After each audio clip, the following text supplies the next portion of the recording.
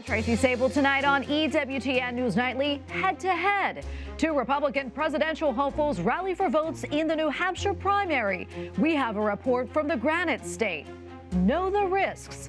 A Republican senator introduces pro-life legislation, while the Biden administration ramps up its pro-abortion push. In all my more than 30 years in Jerusalem, I never saw such deep and strong hatred between the two peoples. The Latin Patriarch of Jerusalem walks us through the tragedies of the war between Hamas and Israel. And start spreading the news. Learn more about a pro-life diaper company's ad in the heart of New York City. These stories and more tonight. From EWTN, the Global Catholic Network, this is EWTN News Nightly. Thank you for being with us on the Feast of St. Mary and Cope. Our top story tonight, voting is well underway in the Granite State for the first in-the-nation primary, with polling closing at most sites in just about an hour or so. Here is what is at stake. On the Republican side, former South Carolina Governor Nikki Haley is fighting for national momentum against former President Donald Trump. And on the Democratic side, candidates Dean Phillips and Marianne Williamson are attempting to mount a challenge against President Biden. And joining us now live from Manchester, New Hampshire is Philip Crowther, international affiliate correspondent for the Associated Press. Phil, great to see you. So what is it like out there on the ground? I know New Hampshire's Secretary of State was predicting record turnout today. Yeah, absolutely. We don't know yet whether that will be the case, but I can tell you that this morning early, and polling locations did open early here in New Hampshire, 7 o'clock in the morning in some places, 6 a.m. here in Manchester in some polling locations. There were quite a few people out there, but very orderly. What I heard, though, from some of those voters who I interviewed this morning was essentially a reflection of what we have been seeing and hearing in terms of predictions and the polls over the last few days. You're seeing very high support for former President Donald Trump. He is, of course, the favorite to win here in New Hampshire. He's the favorite to get the nomination for the Republican Party, also to go up against President Joe Biden in November. We know that much, but what you really felt there is that strong support from him from the Republican Party base. Now, what Nikki Haley, though, needs, the former ambassador to the United Nations, she needs this system here in New Hampshire to really work for her. And it is a peculiar one because here unaffiliated voters, meaning those who are not registered with either the Republican or Democratic Party, they can vote in this Republican Party primary. And it is those more moderate voters who Nikki Haley really needs to get on board. She needs them to vote en masse today for her to be able to pull off what would be an upset, a victory for her here in New Hampshire. Phil, what last-minute messages are the candidates sharing with the voters? Well, the only thing you really can do at this late hour is to ask for your supporters to come out in force, to get out the vote. The former president today predicted a big loss for Nikki Haley in this primary. She also spoke at a polling location, not really responding to that offer, if you will, from Donald Trump. She says this is a marathon, not a sprint. Time for some last-minute cliches from the candidates. Both of them, both Donald Trump and Nikki Haley, spoke at polling locations here in New Hampshire earlier today. And I know that you talked to voters at a couple of the polling locations today. What did they have to say, and what was your biggest takeaway?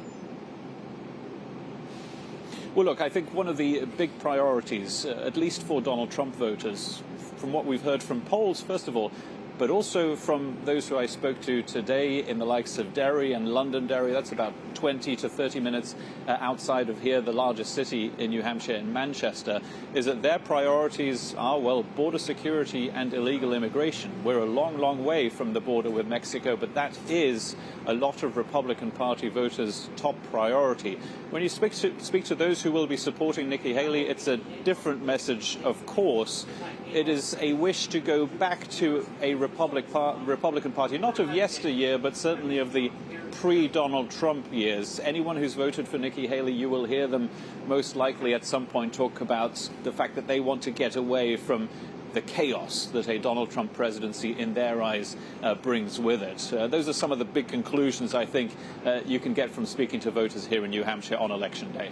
Phil, we have about 30 seconds left or so. I know the polls are still open right now in New Hampshire, but any predictions from you? How do you see this shaking out? Well, look, I think it's worth looking at the final results. If we have to speculate on it, then if Nikki Haley wins this, it's a big success for her and a big surprise. If she loses it by a small margin, that can also probably be sold as a success story for her, a comeback story of sorts. If she loses by more than 10 percentage points, say, then the pressure will increase on her to drop out of the race. That pressure will come from donors, from supporters, and most likely from the former president, Donald Trump, who thinks he's got this tied up, essentially. Philip Crowther, live in Manchester, New Hampshire for us. Thank you so much. President Joe Biden and Vice President Kamala Harris make abortion the central theme of their first combined campaign event of the year. This comes after they both hammered home the same issue on the anniversary of Roe versus Wade yesterday. White House correspondent Owen Jensen reports. Tracy, if the race for the Oval Office comes down to a rematch between Joe Biden and Donald Trump, which many expect it will, abortion will not be the only issue. But the Biden administration is making sure it stays in the spotlight for many months to come. As President Joe Biden and First Lady Jill Biden leave the White House, heading to Marine One, on their way to an abortion-focused campaign event in Virginia, the Biden campaign releases a new political ad featuring a woman who criticizes former President Donald Trump. In Texas, you are forced to carry that pregnancy, and that is because of Donald Trump overturning Roe v. Wade. Monday, we showed you President Joe Biden meeting with his abortion task force. The vast majority of Americans believe the right to choose is fundamental. And Vice President Kamala Harris taking the issue on the road to Wisconsin. We trust women to make decisions about their own bodies. But abortion is not limited to the campaign trail. It is also a central theme at the White House. We were able to question Press Secretary Karine Jean-Pierre about President Biden's position on late-term abortion restrictions. Well, if it's in Roe, then that's what he wants to see. I'm just not going to get into it. It's whatever is in Roe, what Roe was when it was a constitutional law, that's what the president wants to see restored. He's been very clear about that. Pro-life group Live Action writes, from funding international abortions to expanding access to the abortion pill, the Biden administration is doing everything in its power to expand its pro-abortion agenda into new arenas. SBA Pro-Life America adds, clarity is essential. When the American people understand the Democrats' agenda is to impose no-limits abortion on demand through all 9 months in all 50 states, they reject it every time. Today, the White House said Roe v. Wade being overturned has had devastating effects on women and their health care. But pro-life advocates say the result of Roe being tossed out has been thousands of unborn lives saved. At the White House, Owen Jensen, EWTN News Nightly. In the wake of the March for Life, some Republican lawmakers are ramping up efforts to get more pro-life bills passed. They want to draw attention to both the expectant mother and her unborn baby. Capitol Hill correspondent Eric Rosales joins us now with that story. Eric. Good evening, Tracy. You know, whenever we go to the doctor and for a medical procedure, by law, the physician must tell us about possible health risks, but that's not always the case for women seeking abortions. Senator Marsha Blackburn is trying to change that. She's introduced a Women's Right to Know Act, a bill that requires doctors to explain all medical risks associated with abortions. She needs to be informed about the gestational age of that baby so that they know what features the baby would have, if that baby would be feeling any kind of pain. Senator Bill Cassidy, a medical doctor, agrees and tells me abortion risk information is critical. That same sort of form should be done for every procedure, including abortion pills.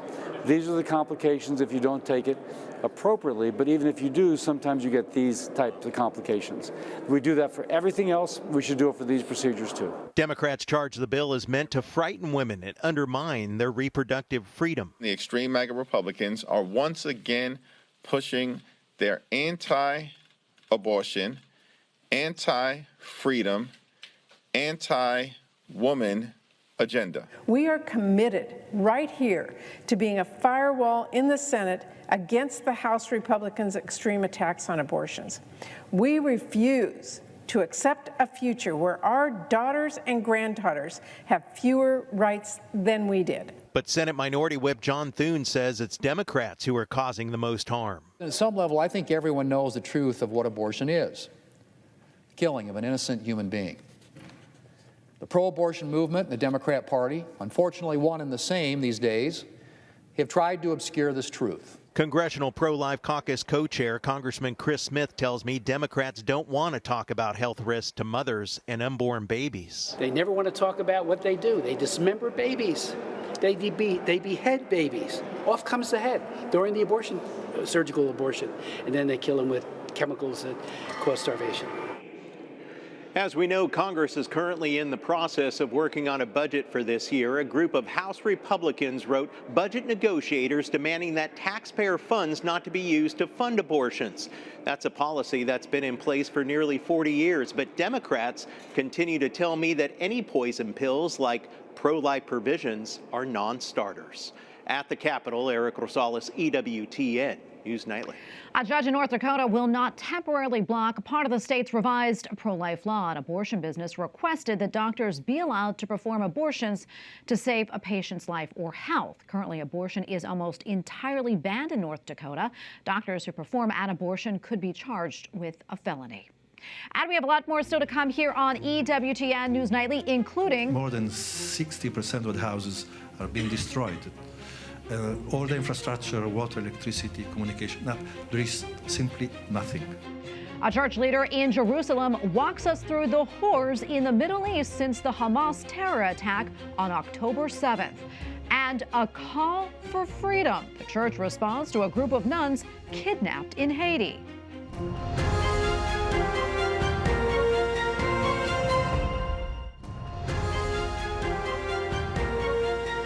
And now to the crisis in the Middle East, where the situation in Gaza is growing dire by the minute. Thousands are fleeing from the southern city of Khan Yunis.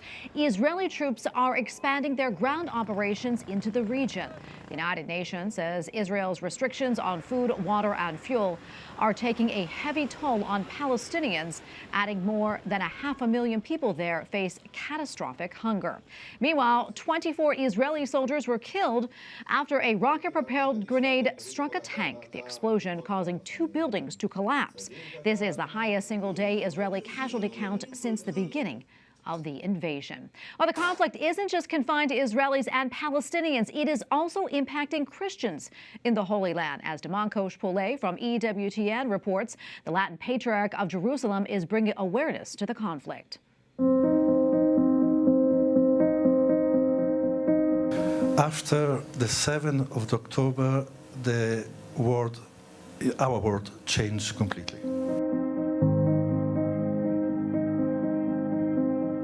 Cardinal Pierbattista Pizzaballa, the Latin Patriarch of Jerusalem and former Franciscan Custos of the Holy Land, visited Hungary on the state's invitation. During his trip to the Central European nation, the Cardinal gave a lecture organized by the Hungarian Franciscan Order at Passaréd Community Hall in Budapest, titled "The Situation of Christians in the Holy Land."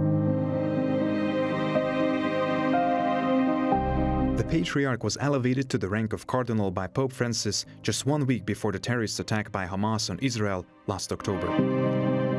Shortly afterward, he gained worldwide attention in the media for publicly offering his life in exchange for the Israeli children taken hostage in the Gaza Strip by Hamas.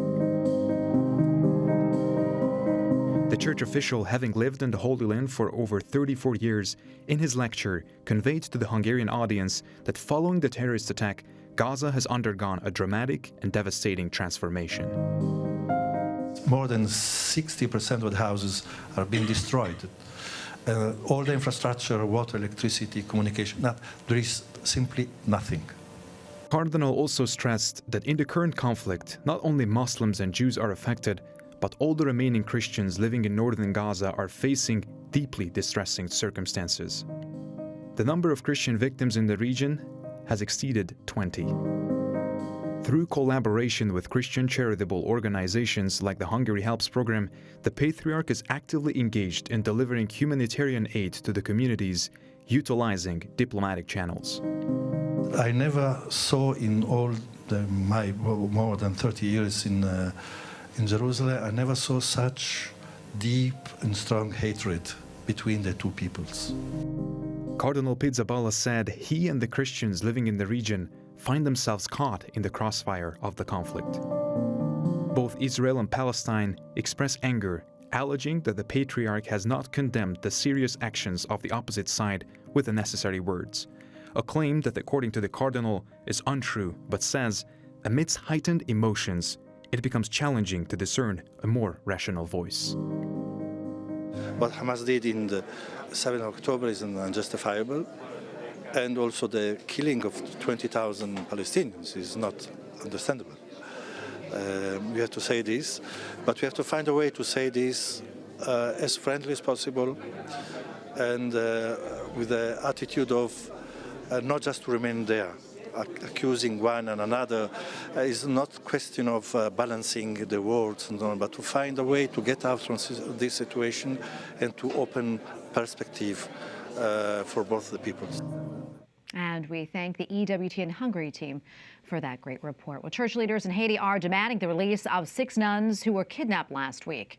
The Archdiocese of Port-au-Prince says citizens are sick and tired of the, quote, reign of terror that armed groups are inflicting. The religious sisters were traveling on a bus. No one has yet claimed responsibility. Pope Francis also called for their release while asking for social harmony in Haiti and an end to the violence. Up next on EWTN News Nightly, call to the faithful. The Vatican takes initial steps toward the 2025 Jubilee. We have a report from Rome. Plus, how a diaper ad in New York City seeks to inspire families to save the world.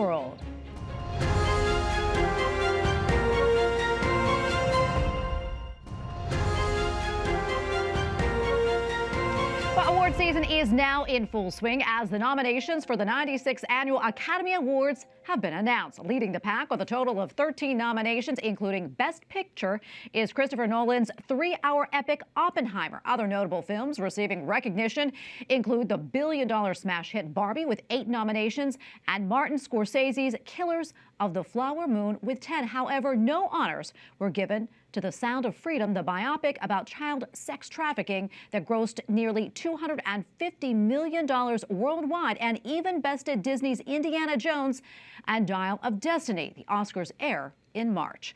Pope Francis has consecrated the 2024 year as the year of prayer. This is in preparation for the Jubilee of 2025. The Holy See hosted a news conference today about the initiative. EWTN Vatican Bureau Chief Andreas Tonhauser has more. The Vatican has opened a pilgrim's office here in the famous Via della Conciliazione, the large road leading up to St. Peter's Basilica. More than 30 million faithful, in addition to other travelers and tourists, are expected to flock to the Eternal City. Billions are being invested to prepare the city of Rome for this huge church event. As they say, that's the sound of progress. Ongoing renovation work in the Eternal City to prepare it for the upcoming Jubilee. But it's much more than that, according to Archbishop Rino Fisichella. He's responsible for the organization of the Jubilee. We cannot forget it. The Jubilee is a spiritual experience. So first of all, I think that a spiritual moment should be the most coherent in order to prepare to be a pilgrim of hope.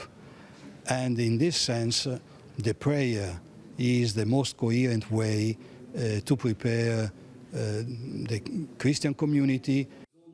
Organizers want the millions who will visit Rome for the Jubilee to be able to have a unique faith experience in the symbolic places of Christianity. We have the tomb of Peter, and Peter is the sign of the profession of faith given to the Lord.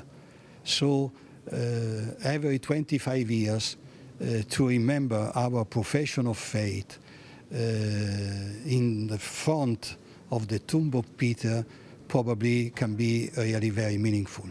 The Year of Prayer, announced on Sunday by Pope Francis, is meant to foster the relationship with the Lord, offering moments of spiritual rest. It will not be marked with particular initiatives. Rather, it's a privileged time in which to rediscover the value of prayer and the need for daily prayer in the Christian life. Well, first of all, I would say that the year of prayer doesn't enter in opposition with all the initiatives of the local churches. No, it's just a support to all the initiatives that we have already organized.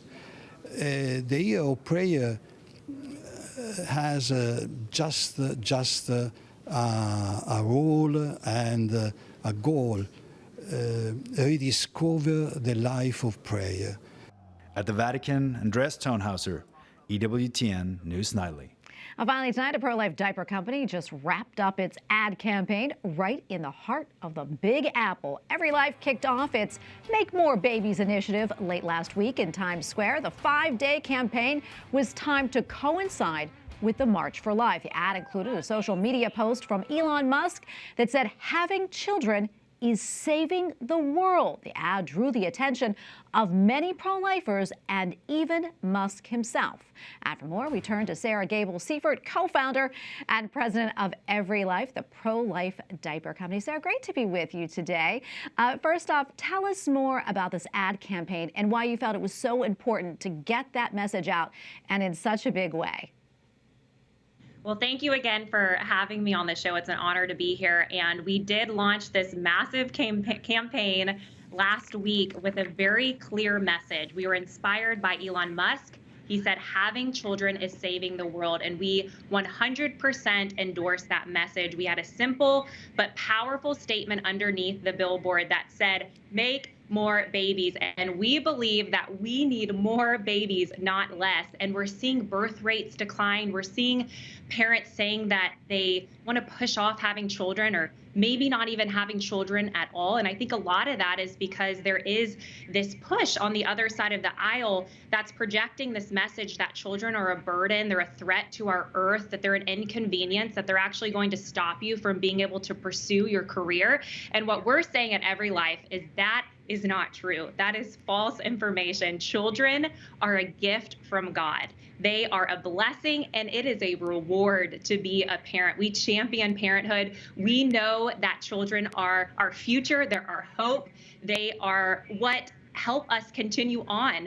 And we need strong families in order to have a strong nation. So we put this billboard up loud and proud in Times Square. We carried that Make More Babies message into the March for Life in DC. And if you head to everylife.com, you can learn more about this campaign. But we're really hoping and praying that this touches hearts and minds to realize that children are a gift from God and they are saving our world. Absolutely, they are. I love it, Sarah. What's been the reaction to your ad campaign? And were you surprised that it caught Elon Musk's attention?